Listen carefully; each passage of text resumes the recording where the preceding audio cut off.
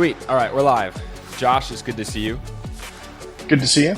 Thank you for coming on. We have Josh Galbincea here with us. Ever since meeting your wife, she was like, "Yeah, if you guys ever need help, I've got like a guy that I know that can do like some VFX and stuff." And we're like, "Oh, cool. Okay, yeah, sure.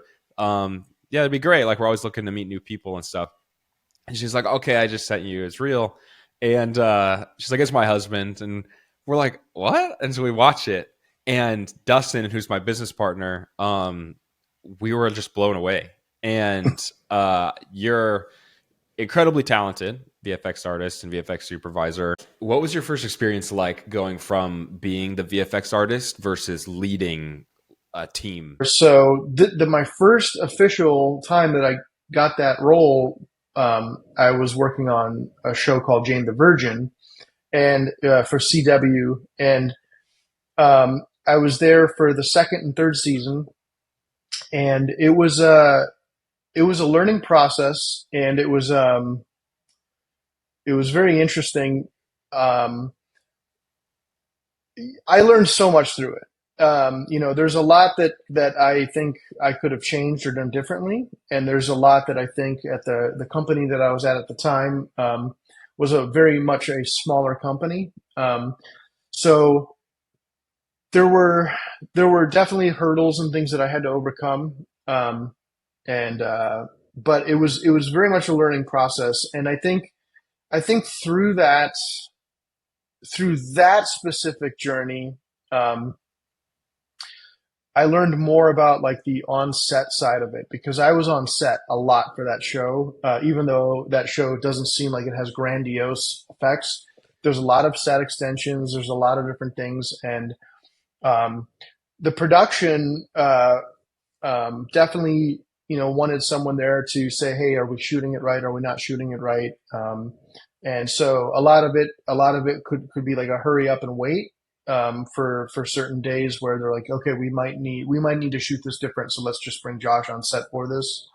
And then other days where like things that were very, very specific, like something happens in the show where there's definitely green screen or a CG effect that's happening. So, but I would say through that whole experience, I definitely learned set etiquette more than I ever have, because Jane the Virgin had a guest director almost every single episode. So I was constantly working with a new director every episode for 24 episodes for 2 seasons. Wow. So that was really, and some people actually came back and directed again, which was great. And then I also learned, I cut my teeth on that show, like working with like production designers, art directors. Hey, can we put this up and just make this green instead of like printing a sign for it? Or even suggesting we should do this that way you can change the sign to whatever you want afterwards. So there's a lot that like, I cut my teeth on that with the crew. And that was a really, really special show to me because I felt like I was family on that show. And maybe you will always feel like that when you come back for a second season. Everyone's happy to see each other again and whatnot. But for my first official title, that holds a special place to my heart. I still kept my Manhattan Beach key card to sign in. Awesome. Obviously, it's deactivated, and they asked for it back, but that's going in the keepsake book. And it just holds such a special place to my heart. And when I told them that I was moving on and I wasn't going to do the next season, one of the producers almost started crying, and it was like so special to me because it was just like, and I'm talking about producer on client side, like the people that were making the show. It was a sweet older gentleman, and he was just like, "Well, we're super happy and thankful that you were here." And so I don't know. Wow. I really feel like on that show, I cut my teeth with learning how to work with the crew, learning how to work with different personalities for sure, and learning how to explain how we need to shoot something, why we need to shoot something a certain way, which is oddly enough, there's a lot of like DPs and producers out there who have been in the industry for a long time and kind of have gotten into their flow of like what they're doing, but they don't really understand VFX. So a lot of people don't understand VFX. So uh, that was really, really a good uh, learning learning process of like how to explain things. And we didn't even have like tech viz, so it's like you literally have to like, well, we shoot it this way, and here's what we do in post, and then they just have to trust you because they don't even understand after you explain it. Yeah. So yeah, My wife and I are actually going through Jane the Virgin right now. She's watched it okay, and loves it's her favorite show, and so I'm been going through it. I love it too. It's one of those things where it's like, I'm not gonna like this, but I'll like just watch it with you, and then I get into it, and I think we're on like the fourth or fifth season now, and yeah. we're getting close to the end, and I'm loving it. I'm so in, and I was thinking the other day when we were watching it how much VFX there actually is in it, like whether it's cutting to like a fantasy of hers that she's having. She does this thing where she like it jumps to a alternate kind of reality of what could have happened, like Hmm. a conversation between someone or something crazy happens, and then it's like poof, gone. That's not actually what happened. It's back to reality. Yeah, And yeah. there's a lot of little VFX moments in through that. And I was thinking about, I was like, man, I wonder what, like, because it feels like such a simple and like clean show, yet there's a lot that I was just kind of realizing that went into it. So that's super cool to hear that you worked on that. The first episode of season two, when I started, literally the first episode, she jumps off. Like there's that like internal thing happening where she's on the island and she jumps off into the waterfall. I don't know if you remember that. Yeah. It's incredible because like the whole that whole shot where she's going down into the water, like she was on a stunt, like they had brought in a stunt actor on a stunt rig, built this huge like frame, put the camera up on a crane pointing down, and basically like shot her jumping off and like going down. And they put a blue screen out. We had them put a blue screen out on the very bottom, and obviously we're on a sound stage, and you can't get as high as you want. So there's a lot that like a lot of simple effects in there, but like obviously it's just a matter of a blue key, right? You get the angle, you get the blue key, but now you have to build the environment that she's around, and you have to make it look like it's at the right angle and right lensing of the camera. And then we couldn't actually get high enough as they wanted because we were at the limit of like the top of the soundstage. So we just did a digital takeover of like shrinking her down even smaller to make her look like she's like moving further away. So it's a lot of like it's puzzles. It's a lot of puzzles and a lot of visual puzzles. That's a huge part of it. What are some tips that you would give to DPs and directors on incorporating like when they're shooting for VFX? Like, what are some like just like very basic tips that you would offer as a VFX supervisor? I think the first thing that comes to mind is green screens. Um, if you know your if you don't know what's outside, shoot a neutrally lit green screen. If you know that outside or something outside is supposed to be darker, go like a stop or a half a stop under the exposure. If you know that it's supposed to be brighter, go a stop or half a stop brighter. Um, and this, I think, if anyone's listening who's a compositor, they'll absolutely agree with this because a lot of times we'll get really bright green screen, and you're supposed to put nighttime outside. And then you get all of this like wrap and edge things of just super bright, like window sills, super bright window edges, and super bright everything. And you're like, okay, well, and it starts to spill in interior as well. But it's like we can pull a good key on something that we don't need it to be like overlit. Hmm. Um, Alternatively, if you know that like it's a super bright day outside, you can do half a stop over, uh, because then once you put like a bright sky, that those edges of whatever you're keying, like, and you put that bright image behind there, it's going to blend in better. Um, so I would say that's thing number one. Um, if you know what's outside, kind of expose for what's outside. Um, and in most cases, like if you're shooting area red, it doesn't need to be raw. If you just like 444, like you're gonna have the information there to pull that key. Um, so that would be something that I would say, like like know what the environment is and kind of light the green screen for it. And then the other thing I would say is, we're here to help. If there's a question, ask us, and we'll try to. There's a lot that I don't understand about the camera department. I love my DSLR camera. I think it can shoot pretty well, but like when it comes to the ebbs and flows of like that whole thing, there's a lot that's going on. So we're there to help. We're there to keep the show on budget and get the information that we need to bring back to the post house. And I know that a lot of times people get to like, cool, I shot it, I'm done, on to the next project. And while they're doing that, there's people struggling in a post house trying to fix a lot of stuff. And yeah, there's a lot of fix it in post. But I would say just if there is a question, just and you have a supervisor on set, call us over, radio us over, or like just a lot of times like we free float from show to show, and they're like, hey, get the VFX guy over here. They don't even remember your name, so it's like, but we're here to help. So don't be afraid to ask. And usually, if whatever, we'll just give you a quick answer or something like that. And a lot of times too, like I find that helps too. Like I was just on a shoot where someone's like, "Hey, can we shoot this, or do we need to move this?" And it was something where, or do we need to put tracking markers up?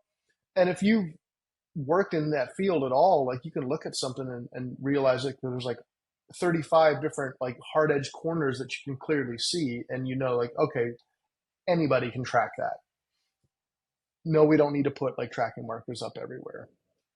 Or hey, can we paint this out? And if it's already a VFX shot of like something that and had planned for, like, hey, we can't remove this box in the back on the wall. We're gonna have to paint that out. And there's another picture frame right above it. You're like, well, we're gonna paint both out then, and that's fine. Don't even worry about moving it. So I think a lot of what we do, is there's a lot of like big, huge VFX planning, but there's also a lot of like, no, let's not slow down the you know momentum, and let's just shoot it. We're good. That won't cost any extra. That's just going to be something that we're going to add into what we already know, like we were going to do. That's really good. That makes a lot of sense. Kind of wanted to hear about your journey working on bigger budget films and TV shows. I went to a local community college for digital design, and then I was like, okay, you know what? I not knowing anything about the film industry, not knowing anything about the VFX industry, I'm like, well, if I really want to make it, I need to further my education, which I'm not knocking at all. But I will say the best thing that came out of film school was my wife. Um, so um, we got married and moved. We graduated, got married, and moved all within like a month to Los Angeles. And um, we had planned that out accordingly. And what we didn't know is we moved to Los Angeles in 2008 in the middle of that writer's strike, and we didn't know what was going on. So we we had wedding money and a prayer, which I think was to our advantage, because it was like, hey, do or die. So we just got odd jobs. I had a friend who worked in the costume department, from that I grew up with in Cleveland, and so he hooked me up uh, pretty much right away when things were shooting again. And so I had been on set working in the costume department. That was my first introduction to the film industry. And there's probably a handful of shows that I worked on. I don't even know if I got I don't know if I got a credit in it or not, but Hmm. I was in the costume department on the Expendables. Um, Wow. and then uh, I was also in the costume department on Band of Brothers. Wow. And so I had been on set working on some cooler shows, but like I knew nothing about the industry still. And it wasn't the department or the thing that I wanted to do. So um, in my head at the time, I thought, well, it's either New York or Los Angeles are the two biggest like filming locations. But it still wasn't VFX, and I didn't realize at the time, and still to some degree today, like VFX work, it's still like a subset. It's the post production. It's um, so, and a lot of that was going on in Vancouver at the time. Hmm. Um, so or other places that were offering subsidies. Yeah. So, I'd gotten a job in you know graphic design and motion graphics doing DVD menus and things like that back in the day in Los Angeles. And then shortly after that, I think my first official like VFX shop that I worked at was Voke Studios, and I was working on TV shows in the roto paint department. So that felt great because I was like, okay, finally, I'm working in TV and film, and mostly TV, but like it's still super fun. Um, and I was as happy as I could be, rotoing my heart out. You know, Working in Nuke for the first time. Um, so that was awesome. Um, and then I had worked at I can't remember the name of it, but I met some other friends there, and we were doing like 3D stereo conversion for a little bit, more roto because we passed all of that off to the people who were like painting in behind so you could get like the stereoscopic left and right eye and stuff. And so from there, I had worked at a company called Hydraulics and worked on a handful of feature films. And that felt like, so every step like felt like I was making it. Hmm. Um, I worked on Gulliver's Travel with Jack Black. I worked on Battle Los Angeles, and I worked on Skyline, both Alien movies. And that was a really good experience for me. That was kind of like the night shift. Um, so, just rotoing overnight, basically. I would come home and kiss my wife as she was leaving for work. Uh, so there's, and then a lot of commercial work came after that, which was, I will say this, my career feels like it's been evenly divvied between TV, commercial, and film. And all three of those things have vastly different paces, styles, and things that I've learned from all of them. So I will say the commercial work is fantastic for building your skill sets fast because you're every 30 to 60 days you're working on something new. And one day it could be like a Nike shoe comes down and it's leaving fire on the ground behind it. The next day you're working on like a video game commercial where there's like CG dragons. The next day you could be working on a sport thing where you know I worked on a champ sports spot, which was really fun. I think it was the first official commercial I worked on that was like uh, they put me in the compositing chair, so I was actually compositing and not just doing roto anymore. And it was like a guy in a green screen outfit with a shirt and shorts, and he was doing all this parkour stuff, and we kind of like keyed him out and reprojected like to clean up the background so it just looks like moving shirt and shorts. And uh, that was super fun for me. And so you learn a lot of skills quickly in the commercial world. Um, so then from basically all of that, that's in 2011. I chose to go up to Vancouver, Canada, to work on Man of Steel, and my wife came with me.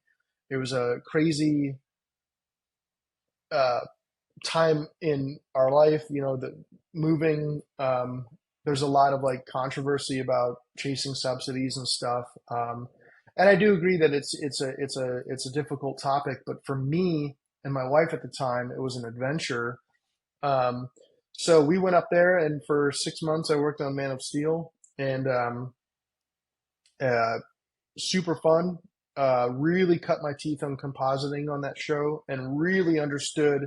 That was the first time I've ever seen a true feature pipeline where they had like a groom and hair department, they had like a modeling department, they had like proper training to even like the first 2 days was just learning how to use and log into their, you know, tailored version of Linux. And it was super fun, pun intended, I guess. But so that's, I might even still have it. Let me see here. Yeah. So I wrote down like all the different departments. This is from 2011. I wrote down like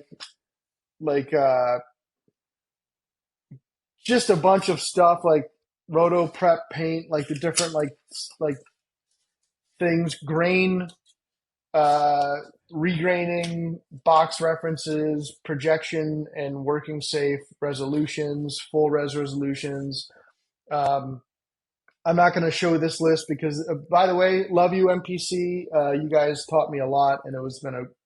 I worked off and on there for 7 years, but like I have like written down like all of their different like naming conventions for like input scans, cleaned input scans, all of this stuff, and so I wrote down everything, and I absorbed so much while I was there. Linear, log, DI color timing notes. Key light despill, core despill, And this is you just like absorbing all new just information. absorbing everything. Model resolutions, because obviously you don't need a 7 million poly model that's like in the background. So a lot of that stuff can be, um, they'll have different model resolutions for different like areas of where they are in the scene. Yeah. Um, and so I wrote a whole bunch of stuff down. And uh, so Man of Steel was really like I cut my teeth on feature work and the feature pipeline, and I really at that time in my life I had only been doing roto paint, and then I got into compositing through commercial world. So that was, and I'd worked on some features, but it was features at commercial shops. So it was like the lower tier things, like I would say like TV screens or phone screens or things like or chat bubbles are another huge thing. Yeah. So, but then here I was working at a actual VFX house where they had like a full digi double of Henry Cavill with a groom department, with a cloth department, with like and we were doing digi takeovers of like him smashing through stuff, like I was a stunt man, like jumping, and then like he takes over to digi double, and it was really really fun. And uh, I worked under Guillaume Racroon. I hope I'm saying that right. It's a French name, but he had won a Oscar for his work on Life of Pi. Mm. And then oddly enough, I worked on a film recently for Hulu called No One Will Save You, and um, he jumped in to help out the main VFX supervisor who stepped away for a few weeks because there were some issues, and I saw him, and I hadn't seen him since 2011. I was like, hey, I don't know if you remember me, but like I worked with you on Man of Steel, and I told him one of the shots that I had of like Feora trying to catch the missile in the street, and he totally remembered me, and it's really really weird, but so that was my first foray into uh, like the feature world.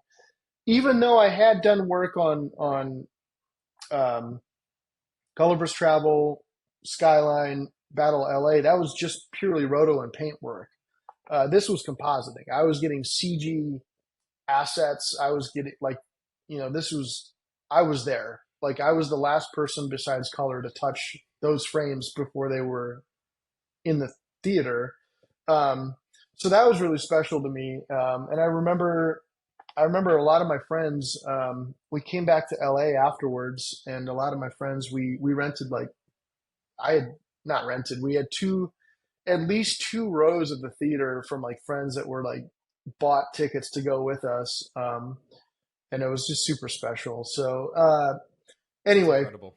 huge part of like my career, I would say, just being an artist. I loved every minute of it, and I would do it all over again. Um, So what's it take to go from rotoing all night to then being the compositor on Man of Steel?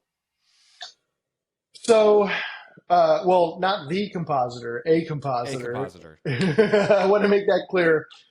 Movies like that don't get done without like a massive amount of like artists and supervisors and things like that. So, I would say the generic question there is it takes a little bit of skill, some talent, and some just try over and over and then apply for places again to get it.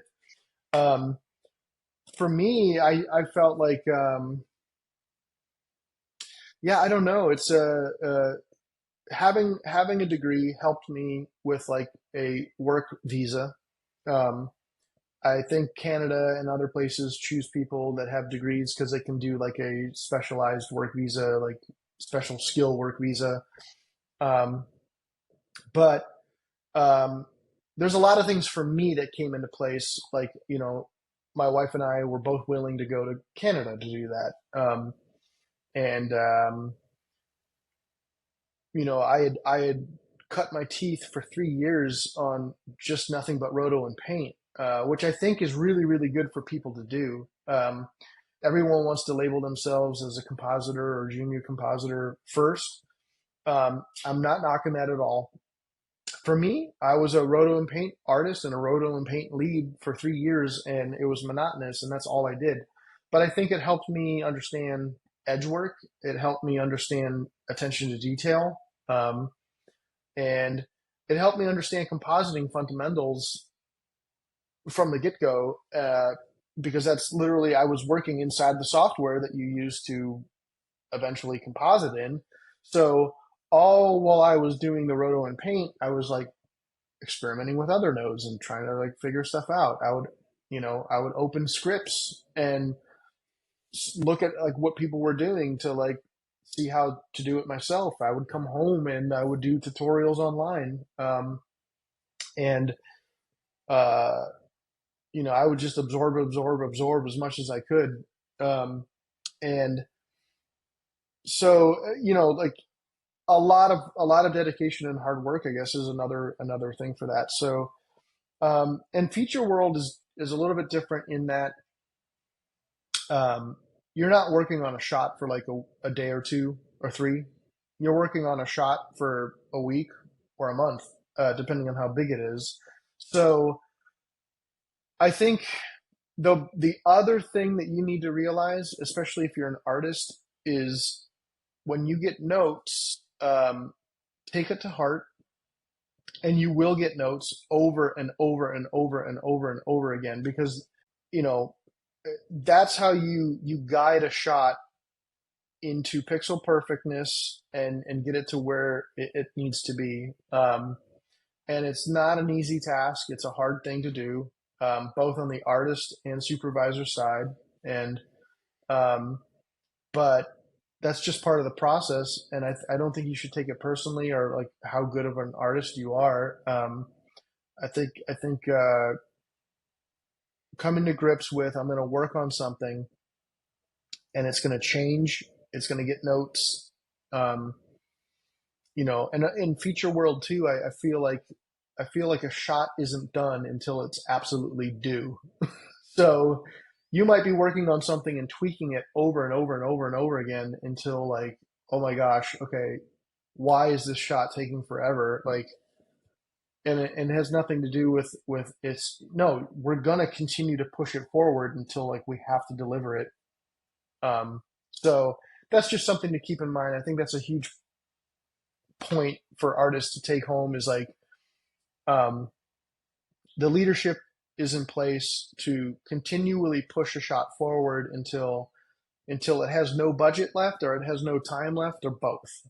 Um, because I mean, otherwise things can start to look bad.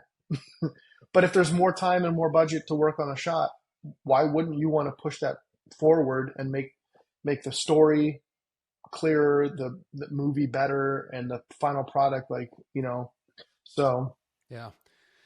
With the bigger budget content and talking about how there's multiple compositors, there's so many different VFX houses working on different scenes in a movie. I'm often impressed with how the shots look cohesive and the artists all achieve a similar look and quality. I'm really curious to hear how that works on a big scale as a VFX supervisor. How do you control that quality and make sure everything is cohesive to the director's vision? notes, notes. So yes, the artists do not make everything look cohesive. So that's why you have to be like, hey, look at this shot, look at this shot, um, look at look at Brian's shot, look at Sarah's shot, like try to copy that look. This is an approved look for it. Um, VFX is not made up of shots; it's made up of sequences. Um, Shots are made up of things that are going into the shots, but like you almost never as a studio provide like a one-off shot, whether a big one or a small one. Uh, if you're a smaller shop, you're not. It'd be weird if you were like, hey, we got awarded one phone screen shot. Okay, cool. Give it to this person and they'll do it, and it doesn't matter. A lot of times it'll be a sequence. Hey, people are texting back and forth. Um, or if there's like a dragon, right, in a show, and whether it's like, let's say it could be Game of Thrones or it could be like a movie, and you need that quality of dragon, it'd be weird for that to also just be one shot. So what you try to do is you try to, the producers, the VFX soups, the comp soups, a lot of people involved, coordinators, will try to schedule one artist or a few artists on this thing, because we know that, like, okay, if they're all doing multiple versions of that shot, they're going to kind of dial it into the same look and feel of it. And a lot of times, like on like if you have a massive thing, right? Like let's say there's 300 shots and they all have like CG fire or practical fire elements. Um, and so with that amount of shots, you need a lot of artists to get through in the amount of time. So a lot of it's going to be, okay, well, we can't narrow this down just to like, 3 or 4 people can't do all of these shots. So we need to put more people on it. So that's where dailies comes in. You look at it, and a note could be like, hey, make this look more like this shot, or it could be a simple note like, hey, this looks good, but like your fire is a little bit too blown out. Let's expose back on it. So thing one would be the amount of artists that you can put on it, to try to, keep the look to a closer amount of like artists who are doing it. But if you don't have that luxury, then obviously like that's where the notes come in, and it disseminates down too. So it's like, um, if multiple houses are working on the same sequence, that a big part of our job is making sure our sequence looks cohesive, um, and then we send that, along to the client, and then the show supervisor then looks at those shots and says, okay, this is looking good, this is looking good, but we need to make this look a little bit more like this. And that could be like, for instance, She-Hulk. Um, we did a lot of set extension on She-Hulk, and I know that another vendor also did as well. But we were both using the same Los Angeles, stills for the background. So we in a few instances we actually set the look first for what it should look like. So that vendor had to try to match kind of like the look and feel that we had. And in some instances, they had something that was working really, really well. So that was sent over to us as reference, and they're like, "Hey, this is working for this angle or whatever, so try to match the look in daylight and stuff like that outside the windows for this."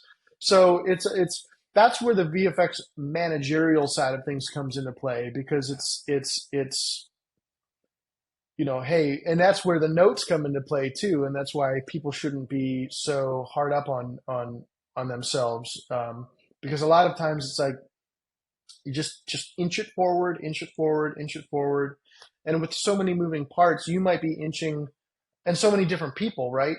It could be artists, it could be shops, it could be artists and shops who are all trying to equilibrium into the middle until the time runs out. So That makes a lot of sense. It's like essentially it's everyone's excuse me, it's everyone's responsibility mhm. to have it be cohesive. It's the artist as they're working on the thing, but then it's also the supervisors and then even the client side supervisors. Just Yep. the more higher you get, the more that's probably their thing they're honing in on Yeah. is cohesion. Is that ever an issue like for you guys? Like, do you ever find that like being the thing that you spend a lot of time on, or does it just kind of happen because you have such skilled artists? It it depends. It all depends. I think with time you develop your creative eye, and you can start to see things that, like, oh, you know what, this this person's, like, let's say it's a driving sequence. This person's sky looks just a little bit brighter or a little bit grayer for some reason. They're like, so you can see, and it you won't notice it, or it almost doesn't even. Some stuff is like minuscule, but I feel like over time you start to develop your creative eye, and especially if you watch stuff back cut together with all of like the most recent comps, like you'll see like, oh, this jumps a little bit, and now this is a little bit darker, a little bit brighter of a sky. So let's or we so a lot of what we do sometimes too is we make contact sheets, and that's something I have my comp soups do a lot. Is we'll contact sheet a sequence in Nuke, so we can see everything in context and look at each frame of like each driving sequence and be like, oh, you know what, this one looks a little bit like, so sometimes it's watching it in playback, sometimes it's like looking at a contact sheet and like pointing out like what can we change to make it better. Um, and here's the thing, I think any VFX shop that's really good will, let's say it's a driving sequence. So like, shout out drivingplates.com. You get your background plate, and they're driving down a road, and you put that into your, driving comp, and you have it like, so, you know, it's in context where like you're further down the road every time you cut back to that angle. But now you're in a part where like maybe they turn a corner and it's a different part of the sky in the background plate or something like that. And then things start to look different. Maybe the greenery is not as green, or maybe the sky, because like there's clouds on this side, it looks darker. And a lot of times, like, you know, there'll be some pushback, like, oh, I'm using the same background plate. Well, that's good. They're like, good, you're using the same background plate, but we need to do a little bit of extra work to that background plate. Pull a key on the sky, pull a key on the green of the trees, and try to make it match the same saturation values as the shot before it. And I know the shot before it is literally in the same driving context, right? But um, but we want it to match as close as we can. So you might need to do a little bit of extra work, even though your background is 10 seconds after the shot before, but you might need to do a little bit of extra work on that background to make it match into the sequence better. And I think, you know, again, not to, I don't want to keep repeating myself, but it's just, it's everyone's job, right? Compositors, we have amazing tools where they can look at the shots before and after, as many shots before and after as they want. We can like auto load like an edit for them. Um, we do the same. We have contact sheets. Comp soups help out with that stuff too. And then we view it in dailies and we watch it in context. And you just try to like hone it all in, um, and then you fire it off to client, and then hope that it's matching everything else. So, and if you do your job well, it is. So, Yeah. Can you share a story about a particularly challenging shot or sequence in She-Hulk that you worked on? yeah, for sure. I think I think one of the more challenging shots. There's a shot that we did where Mister Immortal jumps out a window, and uh, it when I so that was very very challenging because it was a full glass sim, um, and getting the glass to shatter and look right. Any Houdini artist that is listening to this knows it's not a matter of just you can't just like, oh, hey, here, I made a CG plane. I'm going to click, glass setting and have this object run at it. Because then you start to get like weird anomalies, like things break apart and explode in ways that don't feel natural. The gravity, setting the gravity and having it feel like so. And this is a giant pane of glass in a you know skyscraper downtown Los Angeles. So one of the things that I found, there's a movie called Raid Redemption, and it's like a I would it's like not a kung fu, but it's like more of like an action style like foreign film. And there's a scene where they're fighting in a kitchen, and some guy gets kicked through a pane of glass, and they obviously they spark it and it breaks just before he hits, but the way that his body pushes the glass out looks amazing. And so I kind of use that as inspiration of like because it's a giant glass pane in the middle of this like kitchen. So I was like, okay, that's kind of like I think that would look really cool if like when he jumps out the window, his head hits it first, it cracks around the head and around the shoulders, and as he pushes out, like the glass is pushing out in front of him. And we did a lot of iterations of that, and uh, we went back and forth with Marvel to get that to look right. Showing them as we were updating and iterating that stage, like throughout all the different stages of the simming of the glass. Um, we did uh, we did side angles so you could see like the CG room that we made, and we did rotomation of the character, so that was the actual like geo that was like breaking and pushing the glass. Um, so you could see everything in context. And that was just, I mean, I remember that being a really hard shot because it took a lot of work to like a lot of back and forth, a lot of like, okay, now we're going too overboard, or it's not too much, or glass is flying everywhere. We got to technically solve like why this is happening. And then there was other things too, like how much glass pushes outward versus how much shatter falls down and hits the sill. Yeah. um, so we had some really cool like a few pieces like hit the sill, but then they were like spinning. They were stuck, but they were spinning indefinitely. Um, so it's like, how do we like? Okay, so there was a lot of weird like you know Houdini is not a one button click kind of thing. There's a lot that goes into simming things and making them look like realistic and right. But we had some great artists working on that, and so they were super, super patient because I think we went through a lot of internal versions of that. So, Nice. Can you also share in reading some of the interviews? I thought the story about Daredevil's cowl was really interesting. Can you talk a yeah, little bit about your work on that? sure. So that was just basically a suit enhancement.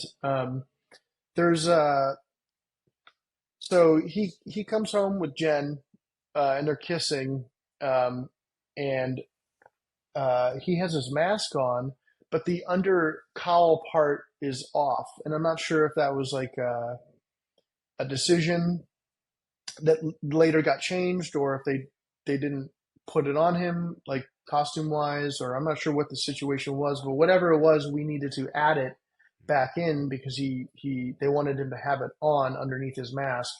So the cowl is like the basically like the it's like a it's like a ski mask, but like with the oval cut out of the face that goes underneath the helmet, and you see it run down like into his like jacket. So we had to do full rotomation of Daredevil, and we had like a full model scan that was given to us, so we could kind of like make sure the shoulders and the helmet like were rotating correctly. And then we had the cowl as a CG element as well. So um, we basically put that into the shoulders and the head, and then did like a cloth sim. And it's not a cloth sim in the sense of like cloth, because it's more of like a padded leather kind of like element. Yeah. But we wanted to make sure that it was rotating and felt like it was sat underneath like everything correctly. And then he pulls his helmet off, and no one knew what that looked like because we've never actually seen him do that. So it's like, is it connected to the helmet? If he's pulling his helmet off like this, like does his cowl stay? It can't now because we have to show it coming off with the helmet. But is it like a zipper down the front of the neck, or is it a zipper in the back, like, or like Velcro, like so? Um, so what we did is we ended up making it like a kind of like split in the back. Um, so when he pulls his helmet off and tosses it aside, like you see kind of it's a more pleasing kind of thing because it's not just like a tube of like cloth. It looks like it has like purpose, and it connects in the back so you can put it on like, Velcro or snap it back there. Um, so we had to figure out like where we wanted to split it, how we wanted to split it, and then sim that so it looked a little bit more realistic of like having that flow open after he takes his helmet off. But Marvel's really great with their on-set data acquisition, and they had like tons of reference photography, which helps with rotomation because if you can do a layout of cameras, and like if you rotate a shoulder and it looks correct, but you can look at it in CG from a different angle, you can like inch it in more closer to where it was. And then there's HDRIs galore of like the scenes, so you can relight the cowl. Which was important that we relit the cowl not only with the HDRIs but with the helmet and the jacket itself because it casts shadows onto the cowl. Um, so it was just a lot of like fine tuning work to get that to work correctly. Going real basic here, can you break down rotomation? Rotomation is basically if you have a character moving in the scene and you need to add something to that character, or that character needs to cast a shadow that wasn't casted or something, you need to take a physical model of that person and camera track it. So you have the camera where the camera would be in world space, and then the rotomation would be you're actually animating that physical model on top of where that person exists in the CG scene. So if you have me waving like this and you have a perfect scan or model of my body, you're like tracking my face and the model is moving with my head underneath. So, um, like you can see like the shadow cast on my head, right?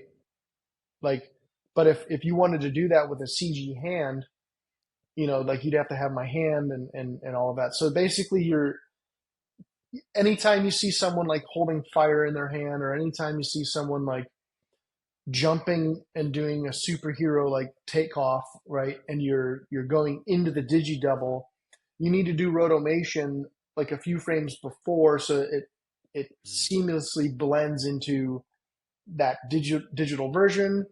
Or like someone gets hit by a laser beam and it leaves like a huge like uh kind of like spread of like ashes on their superhero costume or something like that, that's not there on set. You want to rotomate it so it like tracks with their actual body and stuff like that. So it's a way of like tracking, animating. That's the roto anim part of it, and then the roto part of it is like the manual part of like manually animating something in that place so you can add something to it later, or use that model to then like have something interact or take over. Another good example, actually, Henry Cavill. A lot of the scenes, his cape was CG, so you need to roto animate him doing the move and so that way when if he turns, it flows with his movement when you're simming it. So Wow. tracking department does some really crazy stuff. Yeah. They're definitely their own department and their own set of like amazing wizards that do that. I've seen people track stuff that I'm just like, I have no idea what you locked onto and how you did that. But How you approach coming up with new ideas when you're creating something visually as opposed to just copying from someone else. I think a lot of artists a lot of times will or directors will just share like, hey, we want to make it like this, which is helpful. But is there another way that you come up with fresh approaches to things, and what would that be as opposed to just like copying from something that's already been done before? yeah, for sure. I do think, one of the things that we have to do is we do have to listen to the director. Um, and if there is a style or something that they've seen before and they're using it as reference, it's a difficult thing because sometimes we have to lean into a look that's already been established. And that's not always a bad thing, but I think the greater thing is like what is best for the story. Um, so thinking about that, right? What is best for the story? If it's a really high energy kind of like effect, right? Um, then or something that you haven't seen, like magic, right? Magic is a huge weird thing in storytelling, right? What does it look like if someone casts magic missile? What do spells look like? Doctor Strange is a great example of that. So developing a visual language is always, I think there's, if the budget allows for it, you'll probably have concept artists before a single frame is shot. Um, so a lot of the times you'll have concept artists coming up with some cool stuff. Um, concept art is a huge part of that, and it's actually its own department. And there's companies that just do concept art. So um, if I have the ability to hire concept artists, or bring people in from our art department to kind of like concept things out, I think that that's a great thing to do. Um, uh, it's definitely inspiring. But then again, like I said, like it always goes back to like what's most important for the story. And I love what they did with like Doctor Strange, um, and Wanda, and like these different spellcasters in a sense like have a different visual language to like how their spells look. Um, Doctor Strange is very like orange, red, sparky, kind of like or like the symbols and things like that. Wanda's magic is more, her chaos magic is more like wavy and like sharp edged as like it goes, so it has its own language. Um, Personally, how do I come up with ideas and looks to things? I think there's two ways: inspiration and exploration. Inspiration would be everything I've ever seen in the past, will inspire me. Um, and that's not to say that like I steal or take any of that stuff. I think that stuff, taking in as much art as you can, um, and letting it marinate. You'll come up with some sort of new version of creative stew that like has a whole bunch of ingredients in it, and it becomes its own visual thing. So I think inspiration is a huge part for any artist. Just consume as much as you can. Buy art books, buy the art of, or go to the library and check them out. There's tons of books on every single movie and TV show that you can find like inspiration of concept art and stuff. Um, and then the exploration process is also, in my opinion, it's just as fun because sometimes you are sitting down with software and you're exploring or experimenting, um, and you come up with something that looks really cool, or you're like, you know what, I'm going to come up with 3 ideas or 5 ideas of like what this could be to pitch or whatever, and then um, through that process you find different things that like maybe you have 1 or 2 good ideas in your head, but you're like, you know what, I'm going to do a little bit of variation. So I think the exploring process is super important to kind of find other cool things. What, in your opinion, is the future of advancement in VFX? I think real time rendering is a huge possibility. Um, AI is also on the forefront of that, but not for the reasons everyone's scared about. I think um, so. Let me touch those two. Real time rendering, things like Unreal Engine and stuff like that, like global illumination, specularity, reflection, and all of that stuff that's like becoming real time is actually incredible. Um, and the fact that like Unreal Engine can like have millions and millions of polys, like you could basically export a full rendered or a full ZBrush model or whatever you're sculpting in and import it directly in, and the engine can handle it is quite impressive. Um, and I would say that like Unreal Engine is not just the only thing out there. There's like render engines that are using GPUs and things like that that are getting faster and faster. So I think I think the speed, and this isn't controversial. I just think the speed at which we're gonna be able to iterate and create things is just gonna get quicker and quicker. So from like artist mind to like screen is gonna continually over the next 10 years just get incredibly fast. Um, we're already seeing that with like Embergen and other software that like is just real time or near real time with creating like really cool effects and things like that.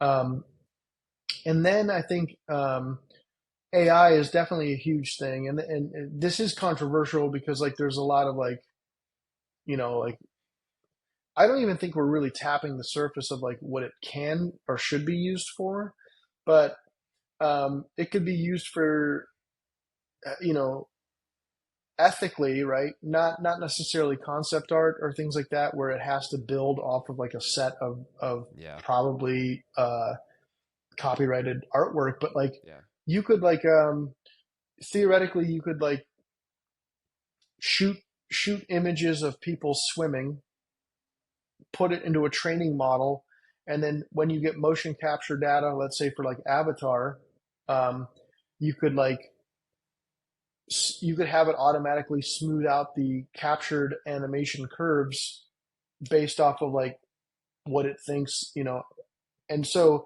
rather than just going in there and like smoothing out curves, you could have AI smooth out those curves based off of images or video of actual people swimming. So there's a lot of things that you can do. I think that like we're just scratching the surface of that, like not necessarily uh, replace or do anything, but help assist as a tool for. yeah. And we're seeing that used now in facial animation as well, like lips, the way lips purse and move and stuff, and you can even like look at my mouth and like I talk, you know, out of a certain side when I say certain syllables and things like that. And it's those little nuanced things that like if you can capture that from an actor, then train, the models of the lips area to kind of like copy that. Like I think that there's so much behind that that can just get us out of uncanny valley and into like wow, that was like what I'm seeing is like blowing my mind. And we're starting to see the the start of that now, I think.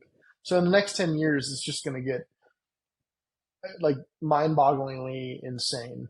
And when you talk about AI and real time rendering, what impact does that have on storytelling, the end result? Well, I don't know that it has any impact on storytelling. I think storytelling, well, okay, so it depends on what you mean. If we're talking about like AI writing scripts, I think that that's a very bad idea. Um, I I think I think in the same way, if I can look at a film and look at fire and be like, that looks like that was rendered using this, or that looks like it was like, um, uh, it's Houdini fire, it's Embergen, it's whatever. Things start to have a look to it, and I feel like if you have AI writing scripts, it's all model based, and you're going to have eventually movies are going to be watered down to feel like they're all coming from AI. And that's weird to say, but like I think that that's true. If you go to Mid Journey has a look to Yeah. it. Dolly has a look to it because they're all based off the same model of like all the different images that they're doing. So um, from a storytelling standpoint, I think it's a bad idea. I heard someone say this really interestingly. AI could never come up with Pee Wee Herman. You know, he the character Pee Wee Herman uh, is only Pee Wee Herman could come up with Pee Wee Herman, right? Like it's like you're not RIP. gonna have yeah, exactly. Like like that didn't come up that wasn't written from AI, right? Yeah. Yeah, so it's weird. I feel like AI can tell stories for sure, but are they going to be memorable? No. And if you're looking to make $50 million off of a movie that was generated from an AI script, okay, but I wouldn't expect for the producers out there, I wouldn't expect you like don't think you're going to make the next like Jurassic Park or Terminator 2 or like ET, like those I don't think that can come from AI. There's a spirit behind human creativity, um, and I don't want to get too spiritual or out of this world here. And I know a lot of people will be like, "Ah, whatever. It's just brain waves and whatnot." But uh, there's a spirit behind creativity, and I think as humans we can all tell when something is just like off or like not it doesn't stick. And like I said, you're not going to get the big Hollywood blockbusters that 40 years later people are like, dude, I still watch that with my kids, or like that was amazing. I feel like it's just going to be weird cookie cutter like augmentations of like or amalgamations is a better word of like a bunch of like other movie scripts that it pulled in, and you're gonna okay, that was it felt off. Yeah, for sure. So I don't think it has any. I don't think it should have any impact on storytelling from an AI standpoint. But from a visual effects standpoint, I think it can only enhance really good ideas further. Yeah, I fully agree. Like the ability for technology to come alongside of us as a tool and Yeah, just help us get to the idea quicker, faster, better is right. incredible. And I think there's a ton of potential there. And I think just one last thing. Yeah. I think visually it has like like a good case for a lot of what we do is collaboration or exploration even, right? Um, hey, we want to tell the story of let's XYZ, it's a comic book, it's a novel, it's a something that has not been made yet. What does this look like? Well, we don't know either. Like how do we want to make it look like? So I think that's where AI has the exploration process. And that happens all the time. Like you can watch behind the scenes for every movie that has them, and there's concept art, there's exploration of like what things look like. Lord of the Rings, what do we want the hobbits, Hobbiton to look like? There's concept work for all of this stuff. It's not like they just show up and like say this is what it's going to look like on the first try. Like there's a lot of like iteration for creativity, and I think that's where AI is going to shine. Is going to help us um, uh, do that in iteration faster. But I think it's going to be even cooler. Like you could train theoretically, have a really smart and talented concept artist come up with like 25 different versions of like some sort of like spaceship, and if you put those all into an AI thing and train it off of that, now that artist can now iterate and tween and morph between those versions and come up with like, hey, I like the wings of this ship, but I don't like the engines, and like you can just do weird like mashups of it Yeah. using that. So I think the true power comes when you mix human creativity into the AI training and not just doing like a general model like Dolly or Yeah. Midjourney, which I think is great. But already we're seeing like it's just taking frames from things, and you're like, Yeah. it might not be that ethical to do that. But if you're training it off of things that you've shot and you've done purposefully for the purpose of like creative, like you know, uh, exploration, then I think that that's completely fine.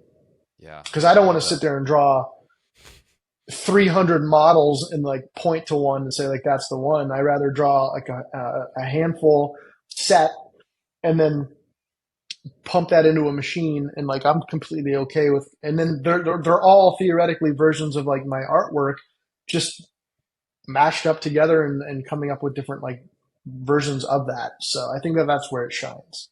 Are you a PC guy or are you Mac? I'm both.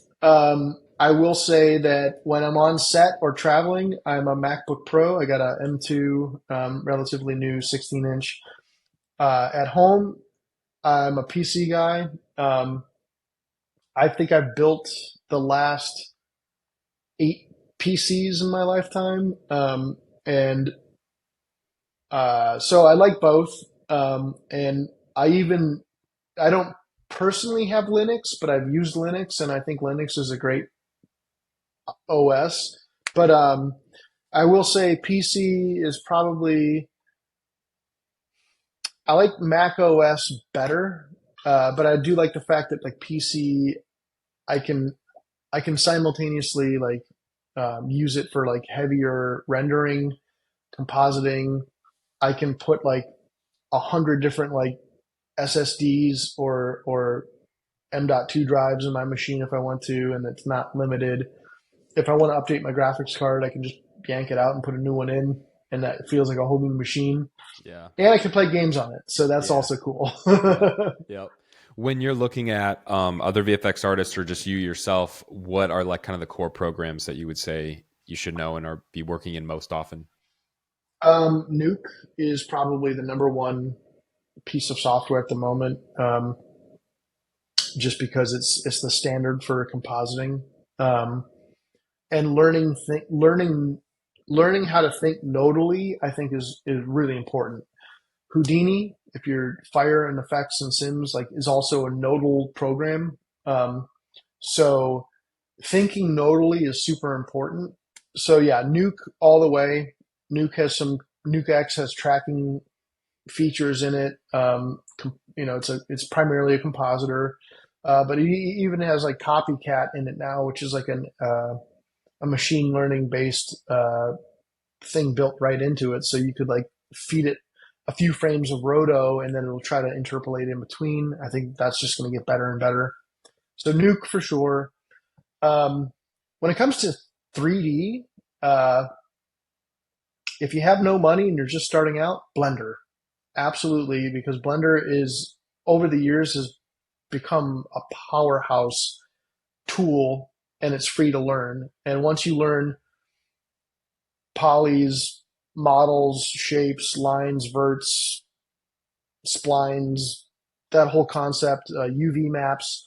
It's the same in all software, and it's just the buttons are hotkeyed differently, or the menus are in different places. So I think if you're just starting Blender, um, if you want to be marketable, I think like Maya and Houdini are still at the top of the list for the most part. Um, and then for tracking, um, Synthesize is a great piece of software. And tracking is the same thing where if you learn like placing, your tracking points, looking at your tracking graph, your RMS error values, and things like that. I feel like that carries over from software to software. So, and the fact that uh, I think it's relatively cheap still, cheapest version jumping off point that you can get into for tracking.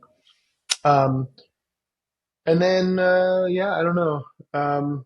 If you're into MoGraph, After Effects, Cinema 4D are always like a good place to start. And Cinema 4D is a fantastic piece of software because it's if you want MoGraph and you're going to start with MoGraph, you're going to learn the 3D fundamentals that'll carry over into the VFX world and Yeah.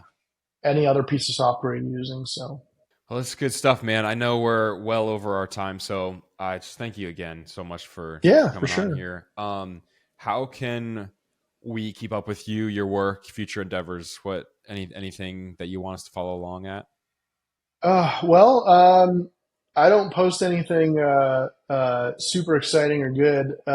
It's mostly nerdy, dumb stuff. But TN2 Josh is my Instagram handle. There's a lot of family photos on there. Every now and again, I'll post photos from like behind the scenes on set or something like that. Cool. But and then I guess just keep an eye out. We got some cool shows that we're going to be working on at Fuse Effects. So those will start to spool up in February. Thank you, man, so much. This is going to be invaluable for so many people, and it was awesome just getting to hear and learn all about this kind of at the higher level stuff. You're incredibly wise and super talented, so thank you Oh, for jeez. giving us the time to do this.